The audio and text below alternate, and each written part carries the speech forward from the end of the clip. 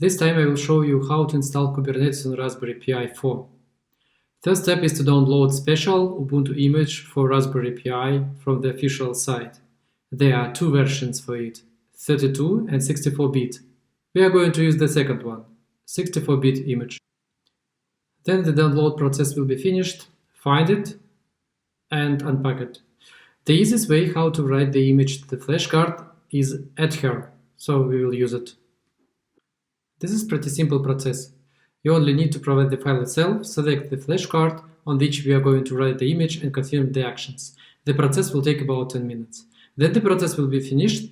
Remove the flash card from the reader and insert to the Raspberry Pi. Plug in the power cable and wait about 20 seconds. You can find the IP address of the router, for example, on your home router itself.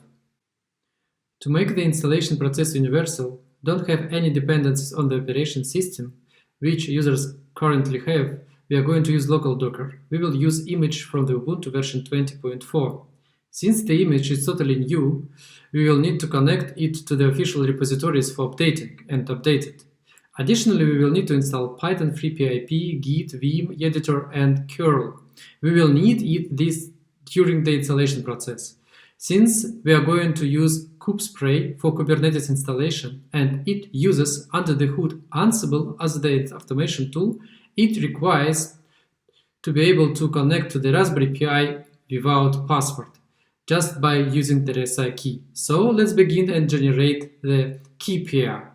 Now we are going to connect to the Raspberry Pi for the first time by using the credential pair Ubuntu.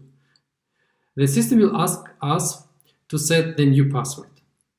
The next step is to upload the RSA public key to the Raspberry Pi. We will use the copy ID command to do this. Finally, let's check if we can log into the device without password at all. Good, we are on the device. Now it's the time for making the customization a bit. First of all, we need to fix the IP address on the device. Currently, it's DHCP. So we will update cloud init YAML file and set there the statically IP address. Second step is to add the few firmware-specific parameters to the command file. This customization will be used by the Kubernetes cluster. To prepare the device for the installation, we need to update the operation system and install Python FreePIP plus Git client. By the way, setting the kernel-specific parameter is mandatory. Please don't run the installation process without doing this. Then the updating process will be finished. We must reboot the device to apply kernel-specific features before running the Kubernetes installation. Perfect. Then the device will come back from the rebooting process. Let's log in again and check if everything is okay. We can run the htop, for example, command to see all CPU. We can run df-h to see the used and free space. Let's leave the device and go back to the installation process. Let's clone the official kubespray repository and check out to the latest release. Today it's version 2.13.0. The installer has some requirements regarding the Python modules which are supposed to be installed. Okay, let's install it.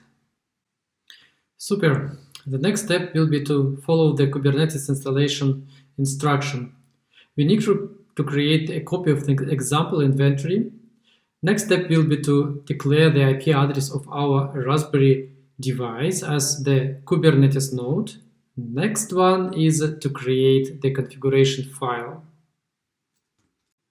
Unfortunately, to be able to run the kubespray installer for Raspberry Pi, we need to make a few small fixes. The first one is that we need to change the name of the Python packet which is supposed to be installed. Let's switch it from the Python 2 version to Python 3. The second option which must be updated is the inventory itself.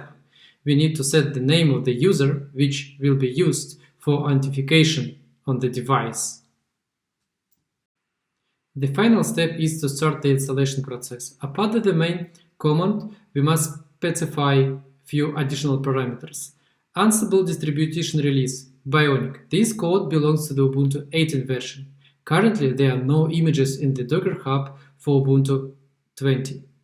kuberesolve.conf must be set to the special value, otherwise the coordinates pod will be crushed permanently by loop detection reason. Local path provisioner enable should be activated, and we will be able to install software right the installation process will be finished, and this provisional will be set as the default storage class. Perfect. The installation process was finished. Let's run a few simple commands which let us transfer the Kubernetes config file from Raspberry device to local container. Additionally, to be able to manage the Kubernetes cluster, we must install kubectl utility. So let's download this module, move it to the proper folder, set the permissions, and start use it. Let's make some small tuning right now.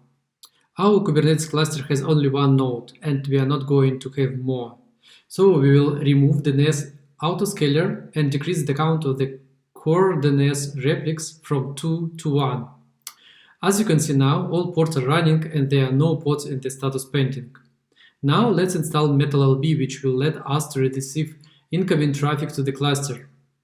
We need to create config map manually and apply it to the cluster. We need to set the range of the IP addresses from our local IP network, which will be used by the local balancer. As you can see, the Metal load balancer was successfully installed and running. The next step will be to install ingress controller, which let us forward incoming requests to the proper service. We will use Helm as the installer for this. So let's go and download the Helm and move binary to the right folder. Then the Helm is in the right place. Let's use it for installing ingress controller. The important option here is the controller image repository. We must set the different image which can work with ARM64 processors. And as you can see, right after installing the ingress controller, it requested the external IP from MetalLB and successfully got it. In few seconds, port of the ingress controller will be started successfully. And technically, then we will try to open the URI just easily by using the external IP address of the ingress controller. So we will see that it's reachable, but there are no services currently available. So yeah, it's error message, but it means that ingress controller is reachable. Now let me show how many device resources we use for Kubernetes cluster. By the way, the device has 4 GB of RAM and 4 virtual CPU. Currently, 33% of the CPU and 19% of the memory requested, so the rest resources could be used for other applications. Now, let me say my personal opinion on this solution. Right now, the installer number 1 is Helm, and I found that this is really the mission impossible to find the charts which already support images for ARM processor.